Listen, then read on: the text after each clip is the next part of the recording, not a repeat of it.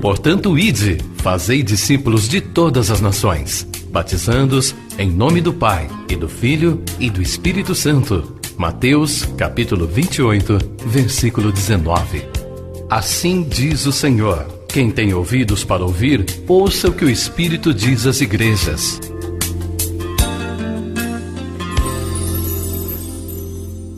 Deus, em nome de Jesus, obrigado, Senhor, por mais um dia de vida, por tudo que o Senhor nos permitiu vivermos nele até aqui. Obrigado, Senhor.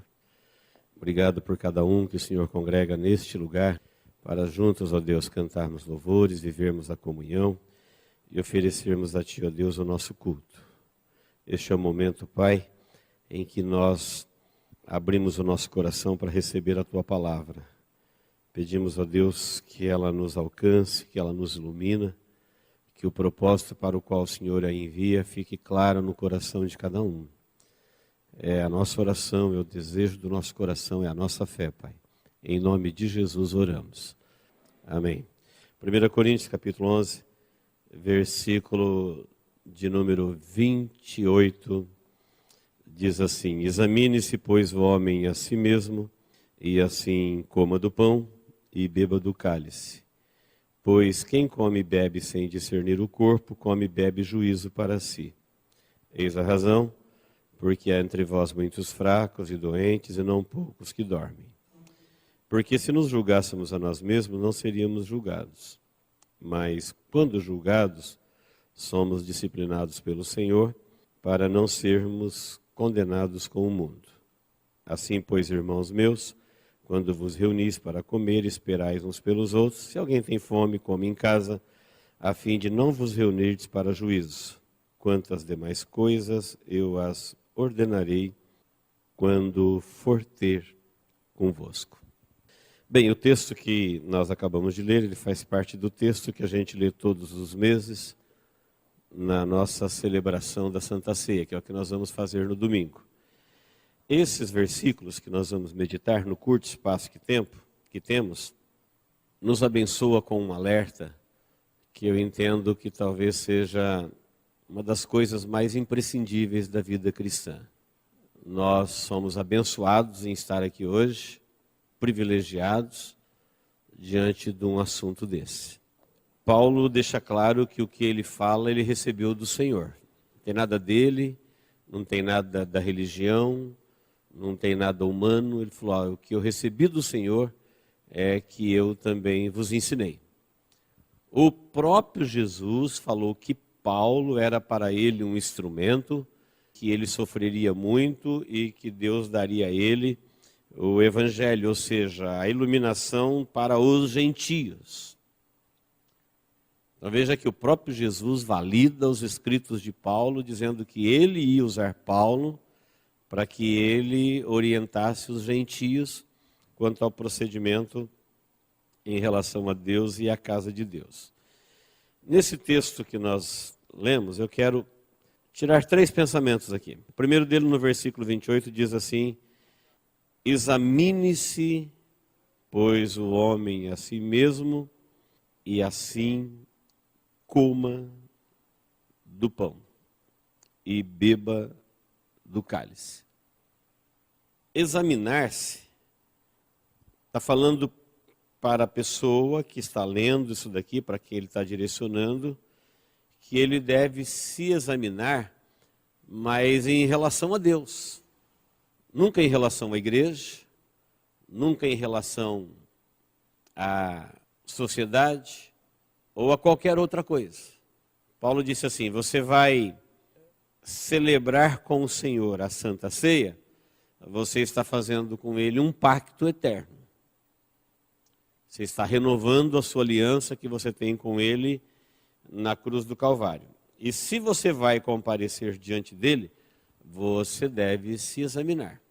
Ninguém pode te examinar e você não pode examinar ninguém. Você não deve se examinar a partir da igreja, porque a igreja instituída, ela geralmente é opressora. As religiões prendem e as religiões arbitram, confiscam, Elas enganam, roubam. E você não pode confiar sua salvação numa religião. Não posso chegar aqui como religioso e falar, você está salvo, e você acredita nisso e pensa que está salvo. Ou então eu falo para você, você não fez do jeito que eu quero, você está perdido. E aí você desiste da sua salvação, porque uma religião, um dogma, um método, um religioso, disse que você está perdido. Existe uma quantidade inumerável de mutilados na fé, de mortos, como diz o texto, porque não sabem isso que nós vamos aprender aqui hoje. Que todo exame, autoexame, deve ser em relação a Deus. Você vai falar com Deus, você vai renovar a sua aliança com Ele, então você precisa se examinar. E esse exame não é falar assim, não, mas eu estou bem com a igreja. Não, a igreja não tem nada a ver com isso. A igreja existe para te ensinar isso. Ah, mas eu estou bem financeiramente. O que tem de gente caindo enquanto sobe? Sabia que as pessoas rompem com Deus mais no sucesso do que no fracasso? O próprio Deus falou para Moisés, quando tirava eles da escravidão do Egito, falou, olha, quando eu te colocar na terra prometida, e que a terra produzir, e que você garimpar o ouro e enriquecer, tome cuidado, porque você vai se esquecer do Senhor teu Deus, que te tirou da terra do Egito. Então tem gente que ao se examinar, ele avalia as circunstâncias. E se ele está ganhando bem, se ele não tem nenhuma necessidade, se ele não tem dor, se ele tem um bom carro, se ele tem uma boa casa, ele se examina a partir daí. Ou se ele está bem com a igreja, não tem nenhuma inimizade, está frequentando os cultos, ele é um fiel contribuinte, ele se examina a partir daí. Cada uma dessas coisas tem o seu devido valor, mas você vai comparecer diante do Senhor, portanto esse exame deve ser feito em relação a Deus. Quando você vai no dentista, você se prepara para ir no dentista. Quando você vai no médico, você se prepara para ir no médico. Quando você vai prestar um vestibular, você se prepara para o vestibular. Se você for falar com o juiz, você se prepara para falar com o juiz. Se for com o delegado, com o delegado. Se for com a diretora da escola, você se prepara para falar com a diretora da escola. Examine-se. Ele está dizendo, você não pode não se examinar. Por quê? Porque se você não se examinar e comer o pão do Senhor indignamente, não vai melhorar, vai piorar, você come e bebe juízo. Se você comer sem saber o que está fazendo, isso também não faz bem. Por causa disso, diz o texto, é que há entre vós muitos fracos, doentes e mortos. Está dizendo, a vida cristã, a comunhão com Deus, ela pode adoecer, ela pode enfraquecer, ela pode adoecer e ela pode morrer. E alguém amanhã vai falar, por que que enfraqueceu, adoeceu e morreu? Ele vai apontar um culpado qualquer, mas o culpado é falta de um autoexame. O culpado não é ninguém. Porque ninguém pode impedir minha salvação, ninguém pode impedir sua salvação. Ninguém pode impedir tua comunhão. A pessoa pode te impedir de ir na igreja, mas a tua comunhão com Deus não pode. A pessoa pode impedir você de falar de Deus, mas ele não pode te impedir de crer em Deus. Portanto, essa avaliação em relação a Deus, ela depende de cada um. Como é que a gente se examina? Olha, para que você faz um exame? É para ver em detalhes aquilo que você não sabe a olho nu. Quando eu examino o meu sangue, é para saber mais do que a cor dele. Quero saber se ele está bom, se ele está saudável, se ele não está contaminado. E o texto diz, você vai renovar a sua aliança com o Senhor, então você deve se examinar. Examine sua fé, examine sua obediência, examine seu compromisso, examine seu serviço, examine sua fidelidade. E se você estiver feliz com o seu desempenho, compareça diante do Senhor. Se você não estiver feliz, você pode melhorar. Quem sabe você está fraco, você pode fazer alguma coisa para não adoecer. Quem sabe você já adoeceu, você tem que fazer alguma coisa para não morrer. E se já morreu, tem que fazer alguma coisa a tempo para ressuscitar. Porque a Bíblia fala, desperta de entre os mortos. E a palavra diz, é por não fazer isso, em relação a Deus que as pessoas enfraquecem. São fracos espiritualmente falando. Aquela fraqueza. São doentes espiritualmente falando. São doentes. Tem que ser. O fraco é aquele que se arrasta. O doente é aquele que tem que ser ajudado. E os mortos, eles precisam ser ressuscitados. Como nós não queremos, para a nossa vida cristã, esses laudos, né, de fraco, de doente ou de morto, nós precisamos então cumprir com a palavra, que é se examinar.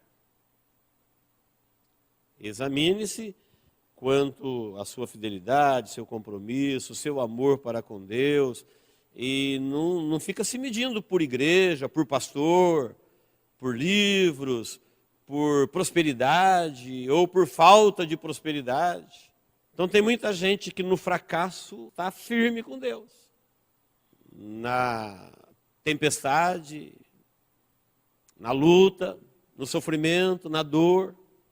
Isso não é o critério para se avaliar. É um exame de você mesmo em relação a Deus. E eu não posso fazer isso por você. A igreja não pode fazer isso por você. Ninguém pode fazer isso por mim. O texto é claro. Examine-se a si mesmo e coma. Tem gente que acha bonito e até religioso, meio altruísta, fazer assim, olha, eu não estou bem, então eu não vou comer. Quem disse? O texto não diz assim, examine, se você não estiver bem, não coma. Não, se não comer, você não tem vida em você mesmo. Se não comer, é desistir da vida espiritual, é abrir mão dela. Jesus, quando falou da ceia, ele falou assim, olha, quem não comer do meu corpo e não beber do meu sangue, não tem vida em si mesmo. Vida espiritual, vocês vão encontrar em mim. Então, você precisa se examinar e assim coma, é para comer. Mas se não estiver bem, conserta. Arruma. Se estiver errado, faça o certo. Se não conseguir, peça ajuda. Mas coma. Porque se você não comer, você vai enfraquecer, vai adoecer e vai morrer. Se você comer de qualquer maneira, em vez de ajudar, piora. Paulo falou assim, quando vocês se ajuntam para comer a ceia, isso que vocês comem não é ceia. Quando vocês se ajuntam, isso não é para melhor, é para pior. Como ele diz, cada um come, bebe juízo para si. Então o irmão que está ao seu lado não pode te avaliar e nem te atrapalhar. É cada um a si mesmo. Examine-se. Então, queridos, nós precisamos nunca mais esquecer disso. Não quer ser um fraco, não quer ser um doente, não quer ser um morto espiritual. Então lembre-se dessa palavra para sempre. Fala, eu preciso me examinar. Como é que eu me examino? Em relação a Deus. Não é minha mulher, meu filho, meu amigo. O senhor está ótimo. Não, não é ele. Não é minha igreja falando, meu irmão, você está salvo. Não, não é ela. Você e Deus. Em relação a Deus. Não é as finanças. Não é o sucesso.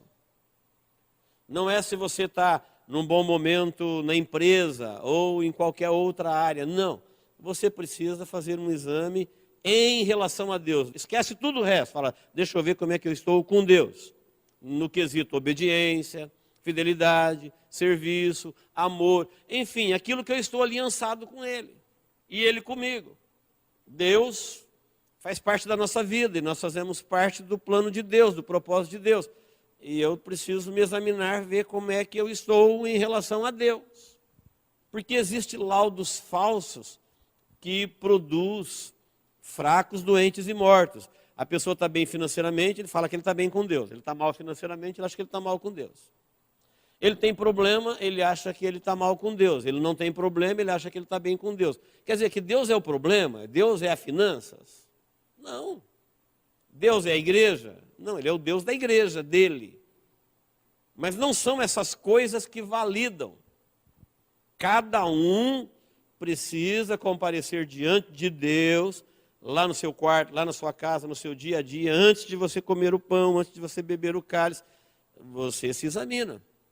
E depois que você se examinou, você já sabe como é que você vai comparecer diante do Senhor. Se você estiver fraco, você vai pedir força. Se você estiver doente, você vai pedir cura. Se você estiver morto, você vai pedir ressurreição. E se você estiver bem, você vai pedir para Deus te conservar. Você vai agradecê-lo. E vai renovar a sua aliança em festa, em alegria. E vai continuar bem. As igrejas, às vezes, tomam para si essa missão de querer dizer quem está bem e quem não está. Mas ela não pode fazer isso. Aliás, a igreja sempre arbitrariamente fez isso e tem levado muita gente para a perdição. Por isso a instituição humana como igreja, ela está falida. Então, não comer não tem vida em si mesmo, comer sem saber o que está fazendo, tem gente que fala, eu não quero nem saber, não vou me inteirar. Come e bebe juízo para você. Fala, aquele que come e bebe sem discernir. Discernir é saber ao certo. Isso é discernir. Discernir é saber com segurança o que está fazendo. Então, aquele que não discernir, ele come e bebe juízo. E Paulo falou, e é por causa disso que tem um monte de gente fraco, doente e morrendo espiritualmente. Não preciso convencer ninguém dessa verdade. Você está vendo um monte de gente fraca, doente e morrendo espiritualmente o tempo todo. E eles estão bem nas igrejas. Estão bem nos grupos. Estão bem, às vezes, na comunhão. Mas eles estão se perdendo em relação a Deus. Falta de exame. Para quando ele chegar diante de Deus para renovar a sua aliança, ele sabe o que ele tem que fazer. Segunda palavra que nós temos no texto é para você se julgar. Versículo 31 diz, porque se nós nos julgássemos a nós mesmos, não seríamos julgados. Mas quando somos julgados, somos disciplinados pelo Senhor para não sermos condenados com o mundo. Todo mundo consegue falar isso aqui de cor, porque a gente lê isso todo mês na ceia. O que esse versículo está dizendo? Está dizendo que você precisa, cada um precisa julgar-se, além de examinar, que é uma coisa, uma outra coisa diferente de examinar é julgar-se a si mesmo. Por que você precisa julgar? Porque se você não se julgar, você será julgado. E se você for julgado, você vai ser disciplinado. Se você não for disciplinado, você vai ser condenado com o mundo. Então vamos ver a bênção de examinar-se e a bênção de julgar-se. Acabamos de ver a bênção de examinar-se para você não ser fraco, doente, não morrer espiritualmente. E não confiar isso à igreja, ao sucesso, a qualquer outra coisa. É uma coisa que você tem que fazer em relação a Deus. Agora, julgar, por que eu tenho que me julgar? Porque Deus, antes de eu existir, antes de você existir, Deus já sabia da nossa existência, já nos viu antes da gente nascer, antes da gente pecar, já nos julgou e já nos condenou. Já fomos condenados antes da gente nascer. Mas, por causa da sua graça, por causa do seu amor, antes da gente pedir perdão, Ele já nos perdoou. E embora nós fôssemos culpados, Ele não quis decretar a morte sobre a gente. Ele perdoou aqueles que aceitaram o seu perdão e colocou e aceitou a culpa nossa no Filho dele em Cristo Jesus. Então, por Deus, você já foi julgado, eu já fui julgado. Qual foi o resultado do julgamento? Eu fui condenado, você também. Todo mundo. Então, todos nós vamos para o inferno? Não. Ele veio em nosso socorro e falou que quem aceitar o seu amor, a sua graça, nós não seremos condenados, porque tem alguém que assumiu a culpa por nós. Então ele foi culpado em nosso lugar e nós ficamos livres. Agora que eu estou livre, eu julgo a mim mesmo. Por que eu tenho que me julgar? Porque agora eu sou livre. No julgamento de Deus eu já fui condenado, mas em Cristo Jesus eu já fui absolvido. E agora eu preciso me julgar para mim não ser disciplinado. Porque se eu aceitei o julgamento de Deus, o amor de Deus e a justiça dele, então eu já fui julgado, mas já fui absolvido, estou vivo diante de Deus em Cristo Jesus. Agora eu preciso eu mesmo me julgar, porque Deus não vai me julgar mais. Se eu continuar fazendo coisa errada, eu vou ser disciplinado. Porque agora eu sou filho. Nenhuma condenação há para aqueles que estão em Cristo Jesus.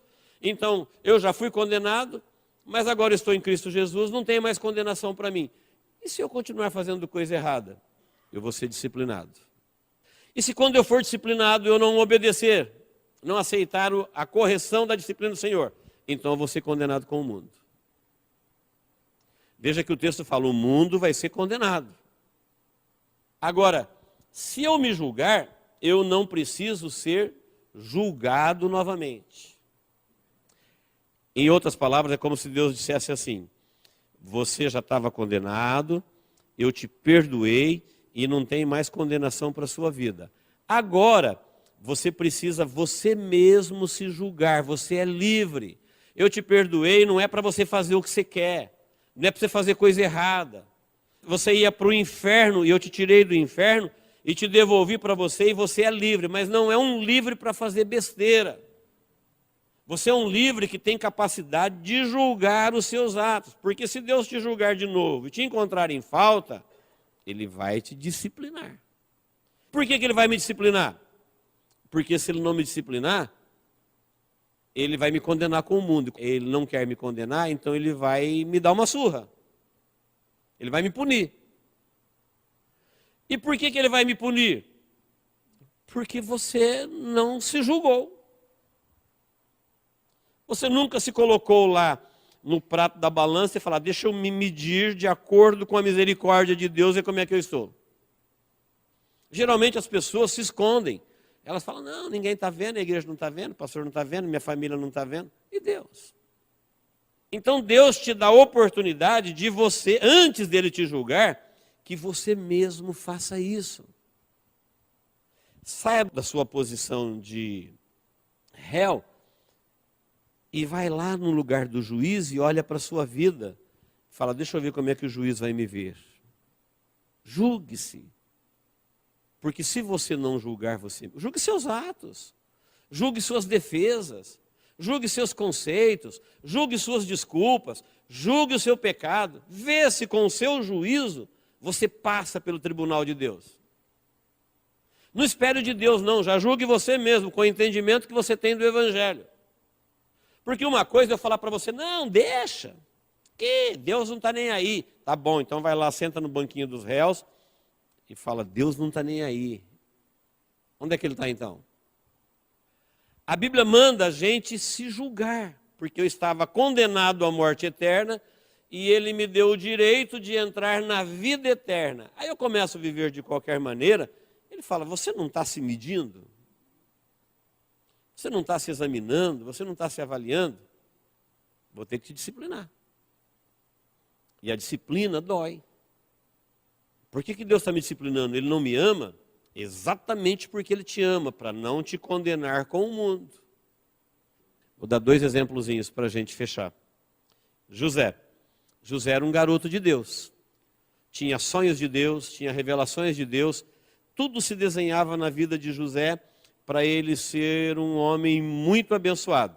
Mas acontece que José foi vítima de preferência paterna. José foi mimado. Jacó tinha um monte de filhos, mas só para José ele fez uma túnica de 9 cores. Então você imagine, 12 irmãos, 11 com túnica de uma cor só, e José com uma túnica de 9. A gente fica maravilhado de contar essa história, pensando que você é um José. Mas imagine que você é um dos 11. Aí José ainda era delator dos seus irmãos, ele ficou arrogante. Preferência dos pais, proteção do pai, gerou ódio dos irmãos. Aí o que Deus preparou para José é uma cova. Os irmãos resolveram, falaram assim, vamos matar esse camarada? E a gente joga ele numa cova e a gente esquece ele. E Deus, que tinha planos na vida de José, não protegeu José da cova. Deus queria matar José na cova? Claro que não. Sabe o que Deus queria matar na cova? O amor preferencial. Quando os irmãos chegou lá e falaram, olha, José, teu filho preferido, uma fera o comeu. Na verdade, eles não tinham matado, tinham vendido ele como escravo. Mas naquele dia que eles deram a notícia, o amor preferencial morreu. Naquela cova, sabe quem morreu lá? Lá morreu o ódio dos irmãos, porque eles se livraram de José. Naquela cova, você sabe o que morreu lá? Lá morreu também a arrogância de José, porque José viu que ele não era um protegidinho de Deus, ele era um protegidinho de Jacó. Jacó é que embalava ele, Deus não. Deus colocou ele no caminho e endireitou suas veredas. Então ele não foi um protegidinho de Deus, não. Mesmo depois que Deus usou ele na prisão para revelar o sonho do copeiro, o sonho do padeiro, e ele falou para o copeiro, olha, o rei vai te tirar daqui da prisão, vai te restituir o teu cargo, você vai servir o copo de ouro na mão do rei, e quando você estiver na frente do faraó, lembra-te de mim, olha Deus aqui na minha vida, eu estou revelando teus sonhos. E a Bíblia fala que o copeiro dele não se lembrou, ele ficou mais 2 anos na cadeia. Sabe o que não morreu naquela cova? Naquela cova nasceu um escravo abençoado, um prisioneiro abençoado, nasceu um governador do Egito, naquela cova nasceu um servo de Deus. Então aquela cova não era para matar José, aquela cova era para matar o amor paterno, aquela cova era para matar o ódio dos irmãos, aquela cova era para matar a arrogância de José. Tudo isso morreu lá, porque isso estava crescendo entre eles. José estava caindo, não era enquanto ele fracassava, era enquanto ele caminhava para o sucesso. Parecia que o sucesso dele vinha via Jacó, via arrogância, criando inimizade. Moisés, Deus colocou Moisés num deserto. Por que Deus colocou Moisés num deserto? Porque ele era um homem de Deus, era um homem de Deus. Assim como José, ele recebeu orientação de Deus desde a infância e foi instruído na palavra do Senhor. Mas um dia Moisés ficou um homem grande, rico, forte, culto, inteligente. Moisés se tornou um jovem que qualquer jovem do mundo gostaria de ser. Ele era formado em toda a ciência do Egito, e a ciência do Egito era a melhor do mundo. Ele era cheio de saúde, ele era rico, ele era bonito, ele era saudável. Ele sabia que Deus ia tirar o povo de Israel de lá do Egito, ele conhecia as promessas. Estava escrito desde Abraão, quando o povo de Israel ainda nem tinha ido para o Egito, Deus já falou que o povo ia para lá e ia tirá-lo de lá. Moisés sabia disso. O que ele concluiu? Se tem alguém que vai tirar esse povo daqui, sou eu. E ele bem que tentou, mas ele não conseguiu nem conciliar 2 irmãos hebreus que brigavam. O que Deus fez com Moisés?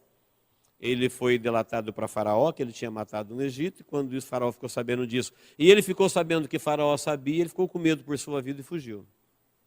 E se alongou, foi morar num deserto. Naquele deserto, morreu a autoconfiança, naquele deserto morreu a soberba, naquele deserto morreu aquele Moisés que Deus não tinha interesse na vida dele.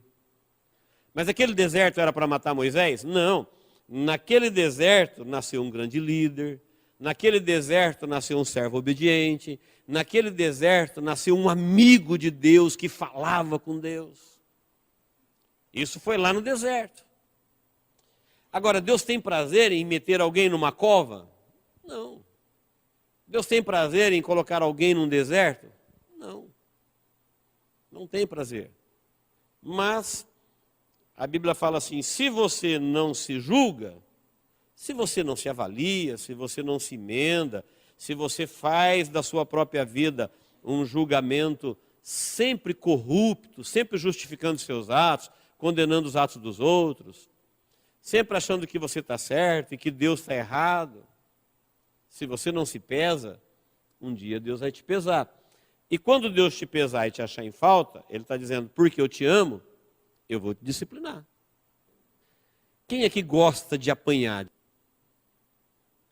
Mas vocês sabem que apanhar produz uma coisa boa? Uma surra não faz mal para ninguém. Uma disciplina não faz mal para ninguém. Hebreus 12 diz que toda disciplina é proveitosa. Mas ela num primeiro momento, ela não é de gozo, ela é de tristeza. Então, como é que a gente evita o aborrecimento da disciplina? Obedecendo voluntariamente. Filho obediente não apanha. O ensinamento, irmãos, é abençoador. Ele está dizendo assim, olha, você é filho de Deus, e Deus já perdoou os teus pecados, já te julgou, antes de você pedir perdão, Ele já te perdoou, Ele já te amou, Ele já te deu uma outra oportunidade. Agora, Ele não vai ficar o tempo todo te punindo. Você tem capacidade de se medir. Você está feliz com o teu culto a Deus? Amém. Você está feliz com o teu compromisso a Deus? Amém. É você que se policia. É você que se examina. É você que se julga. O texto diz assim, olha, se nós nos julgássemos a nós mesmos, nós não seríamos julgados. Não precisaria. E se nós não nos julgamos, então nós somos julgados. E quando somos julgados, ainda temos a vantagem em relação ao mundo, que é ser disciplinado. Para não ser condenado, porque condenação do mundo é decisiva, é final, é eterna. Disciplina vem para não condenar. Mas nós não precisamos apanhar para aprender. É só a gente deixar de ser parcial com a gente mesmo. Nós temos a mania caída de Adão de apontar os erros dos outros, justificar os nossos. Uma coisa que nós nunca podemos fazer é julgar os outros. Porque quando você julga os outros, você está dizendo que Deus não sabe fazer o serviço dele. Quando você julga os outros, você está se sentando na cadeira de Deus. Você está dizendo para Deus que você não acredita que Ele sabe fazer o que Ele tem que fazer. Então nunca se meta a fazer isso na sua vida. Não julgue ninguém. Agora, nunca esqueça de julgar você mesmo. Porque Deus já me julgou. Agora sou eu que tenho que me julgar. Deus, se Ele for me julgar novamente, Ele vai me disciplinar. E a disciplina dói.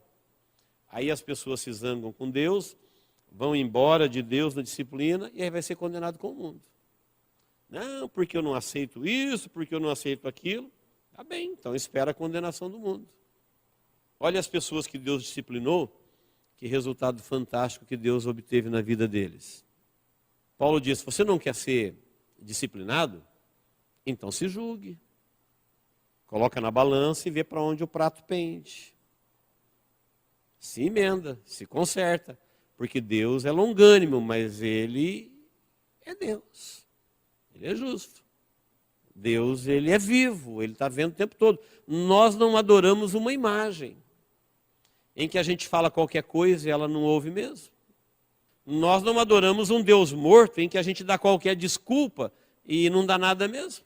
Deus a gente enrola. Não é bem assim. Por isso há fracos, doentes e mortos. Por isso tem pessoas sendo disciplinadas por Deus, porque ela não se julgou. Então, queridos, eu encerro dizendo 3 coisas que podem abençoar a nossa vida enquanto a gente viver. Examine-se e coma. Nunca desista de comer o pão e beber o cálice. Arrume o que tem que ser arrumado. Porque se você desistir, você não tem vida em você mesmo. A morte é certa. Examine-se e coma. Julgue-se, para que Deus não precisa te julgar. Então a igreja, tem gente que confia no julgamento da igreja, tem gente que confia no julgamento dos outros. Então às vezes uma pessoa está errada, ela procura uma outra errada para falar para ela, não, você está certa. Todas as pessoas, quando se distanciam de Deus, se apegam em pessoas que não têm Deus. Tem igrejas que se propõem esse papel de ficar julgando as pessoas, dizendo, você está salvo, você não está salvo. A igreja não tem esse direito. Se a igreja fizer isso, fuja dela. Ela é enganosa, ela é opressora. É você que tem que julgar você. Você, com o conhecimento de Deus que você tem, você mede a sua vida em relação a Deus. Você examina a sua vida em relação a Deus. E Deus vai falar para você o que você tem que fazer. É com Ele. Não adianta dar desculpa, eu fiz isso, sabe por quê? Porque eu entendi assim, porque eu entendi assado. Tá bem, isso daí em juízo, como é que fica? Nos bastidores a gente fala qualquer coisa, mas em juízo?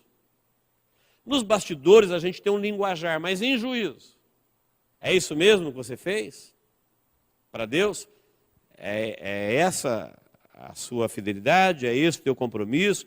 É isso daí mesmo, em juízo? Está feliz? Para não sermos condenados com o mundo. Amém, queridos? São palavras que estão aqui na superfície para nos abençoar. Porque é na ceia do Senhor que nós renovamos a nossa aliança com Deus. E Deus é a nossa vida, Deus é o nosso destino, Deus é o nosso amanhã, Deus é a nossa herança, Deus é o nosso tudo. Nós não podemos errar aí. Que Deus nos abençoe em Cristo Jesus. Amém? Vamos orar? Vamos falar com Deus. Se a nossa comunhão com Deus estiver saudável, boa, viva, nós venceremos tudo que a vida nos trouxer. Porque em Cristo Jesus nós somos mais que vencedores. Se Deus é por nós, quem será contra nós? É uma vitória anunciada. Nossa parte é cuidar da nossa comunhão para ela não adoecer, para ela não enfraquecer, para ela não morrer. Porque se ela for viva, saudável, você pode louvar a Deus todos os dias por sua vitória. Ela é certa. É uma garantia do próprio Deus para o seu povo. Deus, em nome de Jesus, mais uma vez, Senhor, nós estamos na sua presença. E te agradecemos, ó Deus, por cada um que o Senhor congrega aqui. Depois de um dia de trabalho, aqui estão, ó Deus, aqueles que vieram te adorar. Nós aceitamos, ó Deus, de bom grado e recebemos a tua palavra para o nosso coração. Nós queremos, ó Deus, nos examinarmos. Nós queremos nos julgarmos a nós mesmos. Porque o Senhor nos fez livres. O Senhor nos deu essa liberdade de cada um fazer isso por si mesmo. Cada um, ó Deus, tem essa autonomia, esse direito conquistado por Jesus na cruz do Calvário, de Ele mesmo olhar para a sua vida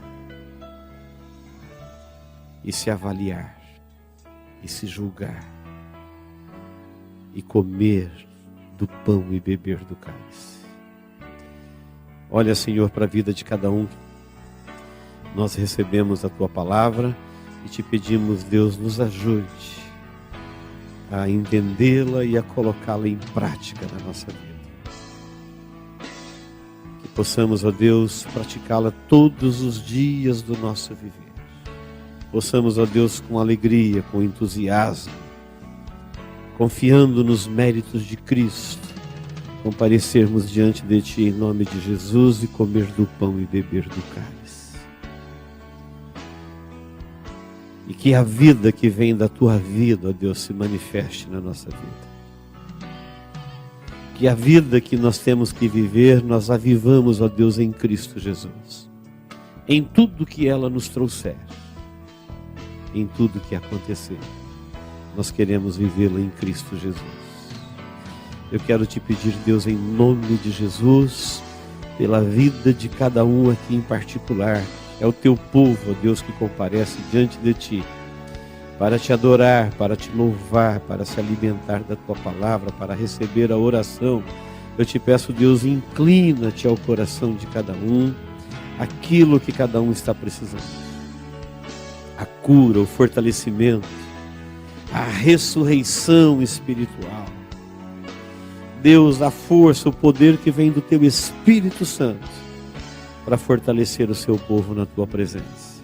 Ajude a cada um, ó Deus, na sua lida, na sua vida, no seu percurso, nos seus embates, onde a guerra se travar, onde a luta se der, onde o imprevisto acontecer, que o Senhor possa ser Deus também na vida de cada um. É a nossa oração, ó Deus, é o desejo do nosso coração. Eu te peço, Pai, por aquele que precisa de uma cura. O Senhor é o Deus que cura. Nós confessamos isso, ó Deus, porque isso é uma verdade dentro de nós. O Senhor é o Deus que nos cura, o Deus que nos liberta, o Deus que nos provê, o Deus que nos socorre, o Deus que nos conforta, o Deus que nos preenche, para vencermos a Deus durante a nossa caminhada nesta vida. E que na vida de cada um o teu nome seja glorificado, ó Pai. Em nome de Jesus nós oramos. Amém. Diga comigo, Deus, eu te peço em nome de Jesus, tenha misericórdia da minha vida. Me ensina, Senhor, a me examinar e a me julgar e comer do pão e beber do cálice, para termos a vida, ó Deus, que há em Ti. Em nome de Jesus. Amém.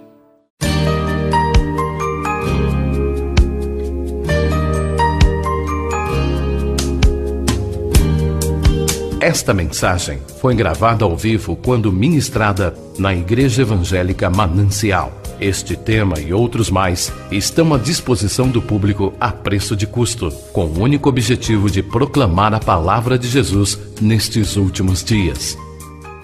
Adquira, ouça, creia, pratique e presenteie alguém que você ama com esta mensagem, a palavra de Deus.